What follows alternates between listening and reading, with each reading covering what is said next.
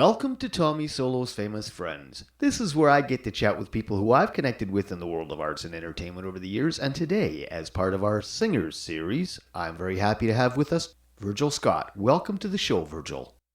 Thanks, man. Thank you, Tommy. Nice to be here. Well, it's a pleasure.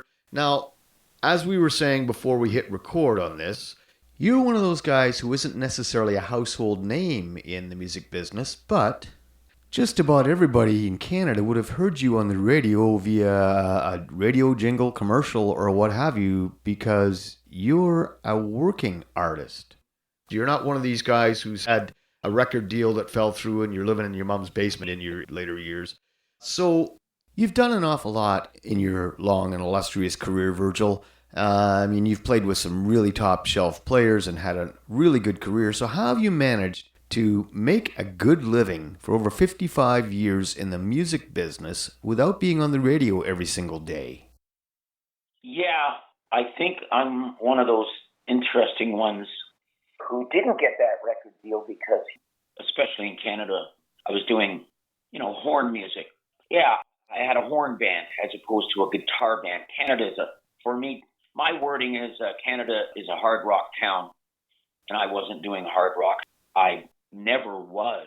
My influences were through my sister, who's 8 years older than me, and she was bringing home a lot of black music at the beginning, like Fats Domino and Sam Cooke, etc. And then as I became a teenager, who was really popular before the Beatles hit throughout the world, my influences were all the girl groups and Motown, and it was all black music and R&B. And so my heart started beating when I heard that. My heart started beating huge. I used to go to dances when I was, 13 and 14 years old. And, when the original Do You Love Me came on, the DJ in the corner of the public school gymnasium dances on Friday night that you paid $1 for, tossing and turning in those songs, I'm on the dance floor. I'm sitting down on a bench across the gymnasium floor from all the girls, as all the guys were. We were always, and whoever had the cojones to walk across the floor and to ask the girl to dance, you won. And I had that. I was given that right at the beginning of my life. I was never ever shy, and I was constantly loud, and I was constantly the class clown, I guess. So it was easy for me to walk across the gymnasium floor by myself and ask a girl to dance. It was like I had blinders on and I couldn't see anybody else anywhere, and I really didn't care. And that's a whole other thing too. I think around grade 3, I realized I really didn't care what anybody thought of me. That's a monster lesson that a lot of people still don't grasp onto at 50 years of age. They still worry about what people think of them. I really, truly never worried about what people think of me. So the music motivated you, and nothing was going to stop you from being a part of it. Yeah. It's funny how questions are, and it's not just one answer that made it all happen. I'm from Shepherd and Weston Road, which is in the early 60s when I was 12 and 13 and 14. I'm the furthest northwest area from downtown Toronto that you could get. Finch Avenue was a dirt road up until 63 when I was 13. Because I remember riding my bike from Shepherd up to Finch and seeing them pave Finch Avenue, and I thought, oh my God, things are changing. And what I wanted with my first little church basement bands, I wanted downtown. I wanted to get downtown. And I went downtown on Saturday afternoons as a 14, 15, 16-year-old and walked Yonge Street and stopped at the Lecoq Door Tavern and heard Bobby Dean Blackburn on that B3 in the window and heard Levon and the Hawks at the Hawks Nest Tavern. Couldn't get in because you had to be 21 years of age. But you could hear it from the street, and I would just stand there. I would stand there for 40 minutes listening to Bobby Dean Blackburn, huge black man, playing his B3 by himself in the window. So I could see it also. And as I developed and as I got older, I remember one day saying to the guys in the band, we got to get out of this church basement circuit. We had three churches in our neighborhood. How wonderful is this? Riverside United Church on one Friday, St. Timothy by the Humber Anglican Church the next Friday, and then St. Stephen's Presbyterian Church, and then we'd have a Friday off. And then we would do Riverside again. And we did this for about a year. And what happened, it was that time period of 64, 65, 66. All our friends would show up and pay $1. Someone from the church would, chaperone it, and there'd be 111 people, and somebody would come along and go, well, it's a 50-50 split. Here's $55 for you boys, and we'd take $56, and thanks very much. We'll see you next month. And so I had $15 in my pocket on Monday morning in public school in grade 8. I'm thinking, oh, okay, but I wanted out. I wanted downtown. And so I fought all of the obstacles to get downtown to those rooms where my heroes were. The Mandela and Robbie Lane and the Disciples and all those, John Lee and the Checkmates, my God. RK and the Associates, my God. When I saw Roy Kenner, forget it. That was like, this guy's unbelievable. When I saw George Oliver, I'm like, what? I don't know if I can even go there. Well, I've talked about that downtown Toronto Yonge Street scene with various artists like you on this very show, and that is something that we are sorely missing today. That was such an awesome breeding ground for talent, and if you were there, you got to see and hear artists like Dominic Triano and like Levon and the Hawks and Ronnie Hawkins and Robbie Lane when they were coming up, and it was just a great place for people like you and I to be inspired, and it was just awesome, an awesome time and an awesome place. Yeah, from Queen Street up to Gerrard Street on Yonge, on a Saturday afternoon, you probably had 12 locations that had Saturday matinees. 12 locations within 3 blocks. Yeah, it was big in Toronto, but it wasn't exclusive to the big city. I mean, that was something that was way of the times, really. I mean, I grew up in North Bay, Ontario, and we had at least a half a dozen venues where there was a Saturday afternoon matinee like that. And, ultimately, a lot of those bands that you'd see on that Yonge Street strip would make their way to the northern towns as they were on tour. So it was more of a way of the time, I think. And it was part of an overall musical culture that we just don't seem to have anymore. Yeah, the kids, well, I have a 36-year-old daughter, and they don't do it. Now, my daughter Jamie does every once in a while, and she lives in London, England, which is a whole other thing again. And they are slightly more vibrant with their young artists than we are in Canada. Although, if you search and if you're truly that live music goer, there is a lot of young folks out there that are unbelievable. And it's not a band situation anymore because of economics. And there is a lot of singles and duos and trios that are magnificent. They are out there. They are in every town. I'm noticing, because I'm still right in the midst of it, I'm noticing that Legions now are starting matinees, Friday afternoon matinees, Saturday afternoon matinees, Sunday afternoon matinees. And I don't know if the rooms on the main streets of towns are going to develop because of rent. Rent nowadays it's just not, I think New York and LA had the same thing. They all had main streets. One of the only main streets in all of North America that is still vibrant, and it's only because for the last 80 years we've been told, and it has happened, and the town people have kept on to those rooms, is Beale Street in Memphis. You've got about 14 rooms within a very short stretch in Memphis, but that's all you have. There's no more secondary streets and through streets over from the main street. There's a lot of rooms that are gone, and my daughter's generation isn't doing it. They don't do that. I don't want to be the doom and gloom. No, but it's a circle, right? And it started out with live music, and then DJs came in at a certain point, and all the live acts back then panicked. It was like, oh no, we're doomed. All these DJs, all these disc jockeys are taking away our gigs. And then it goes around and comes around. I mean, it's like a cycle, right? Yeah, what got popular was, I call it boom boom music. It got popular. and rap. And so it exploded, rap exploded into the arena instead of in the small clubs. It was in the small clubs at the very, very beginning, but it didn't extend for years.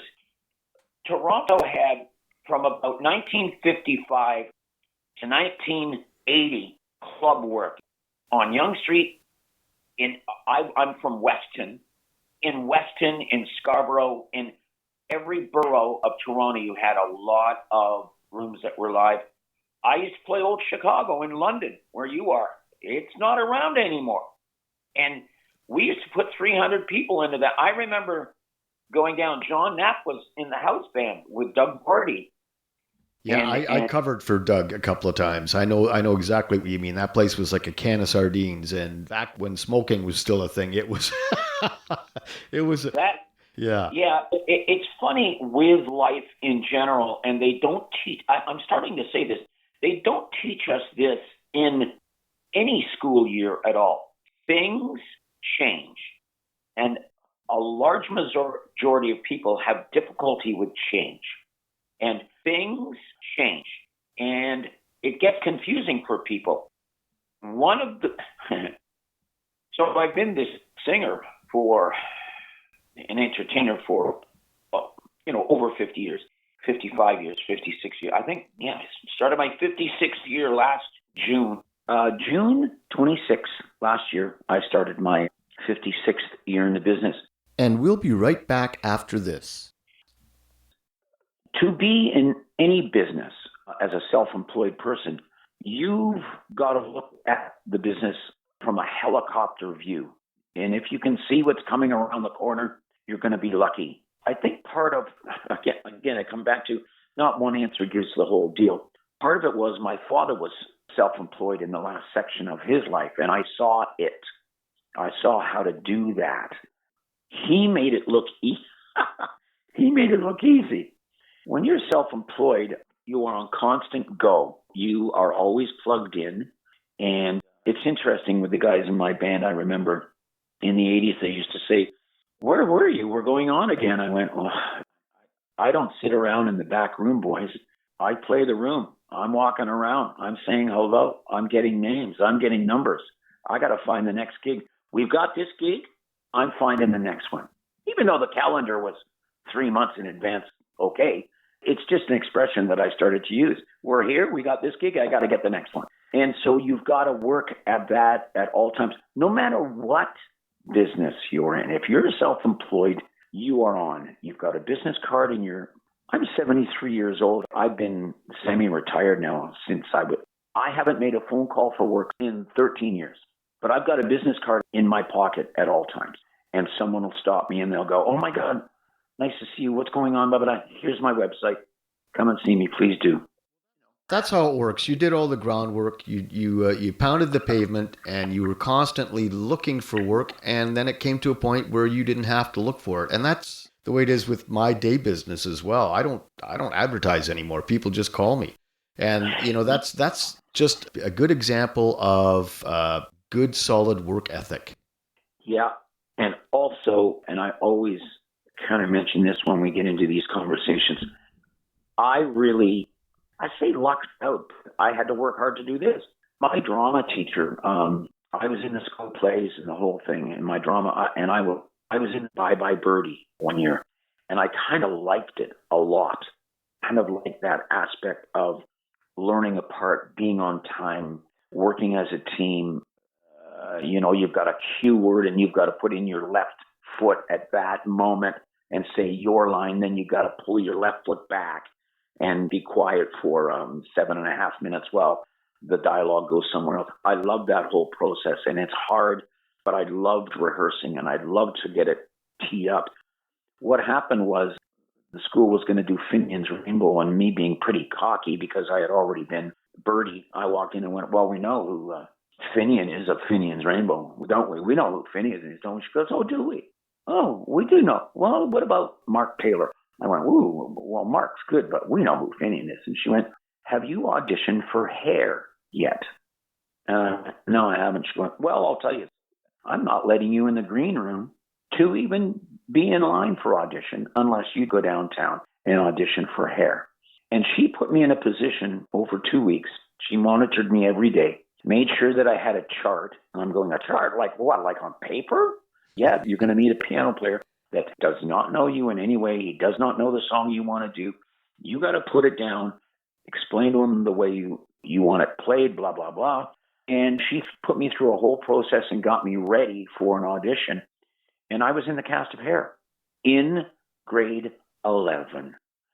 And when you're just 17 years old and you're in a major Broadway show at the Royal Albert Theatre in Toronto, I didn't know really truly how huge it was until a few years later. But that put me in a position where everybody knew the name, and I met everybody, every agent throughout Canada.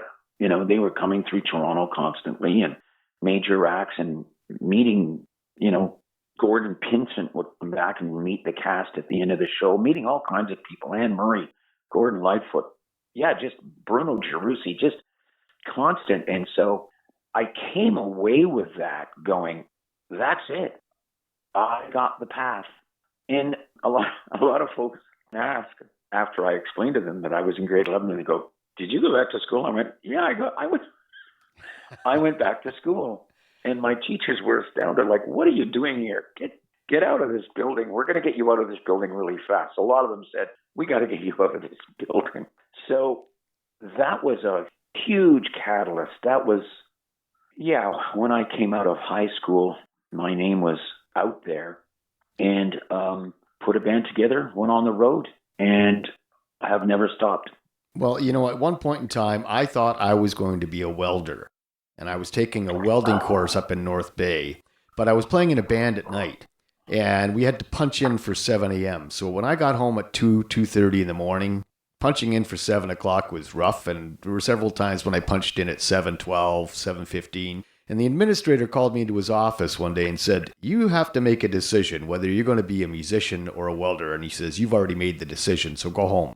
And that was a kick in the pants that I needed, you know. And I get from what you're saying that teacher who said, "You've got to apply, you know, audition for Hair," and then the other teacher saying, "Man, we got to get you out of here."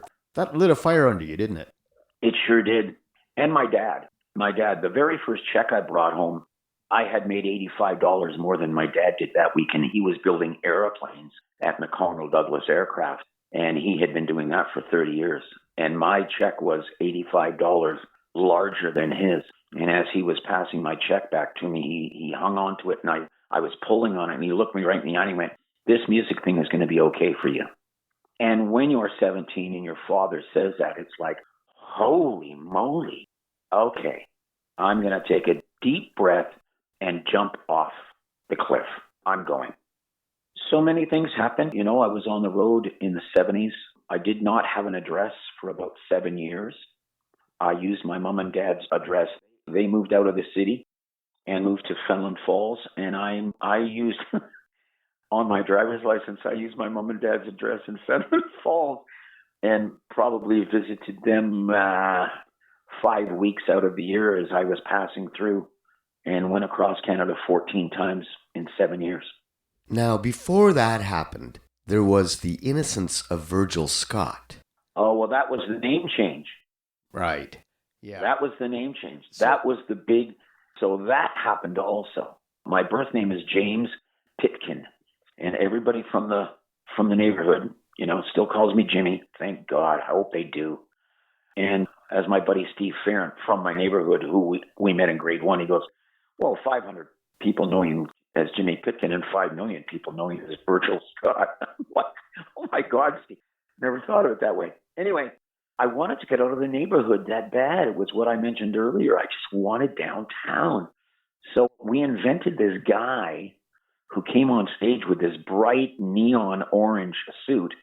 And as I was approaching the microphone stand, I did a cartwheel into the mic and just did these killer R&B songs, and you know, tried to be Grant Smith and George Oliver and Roy Kenner all in one person. And I think I was for a moment. And then I became, well, that guy, I tried to get rid of him with Hair, my audition. And that's a whole story. Paul Schaefer auditioned me. And he didn't even know he was Paul Schaefer. He had just moved to Toronto. It was one of his very first gigs because he needed rent. And he was the piano player for the auditions. But he wasn't Paul Schaefer at that moment, if you know what I mean. Yeah. And I signed on as James Pitkin. But there was this agent sitting around with the production company. And as I walked onto the stage, he just said, I don't know who this James Pitkin guy is. That's Virgil Scott. So everybody scratched out James Pitkin on their board and put in Virgil Scott. And I did my song and I got in. So they used Virgil Scott. Well, now you're in a play for a year and a half that thousands of people have seen. That was it. I couldn't even get rid of this guy.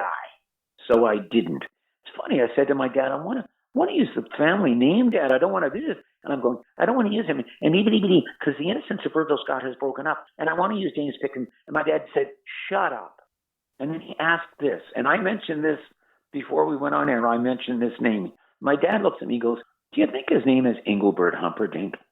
And I went, no, it's probably not. He goes, if they want to call you Virgil Scott, you just get on that stage and do the best you can. And he walked away. Well, there you go again. My dad is like, just do this, buddy. Shut up. So here we are in 2023. My phone still rings, and people outside that neighborhood fence know Virgil Scott. Well, that's awesome, and it seems like we're about to get right into the meat and potatoes of your story, but I think we're going to have to hear the rest of this in part 2. So, until next time, to be continued in part 2, cheers. Thanks for having me, Tommy. Thank you. Well, that was fun, and I can't wait to continue my conversation with Virgil Scott on part 2, coming soon.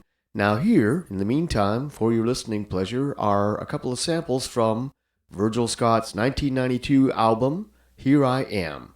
Samples from The Wish and the title track. Enjoy. Open your eyes, open your heart, do what you can do. We are singing out to you.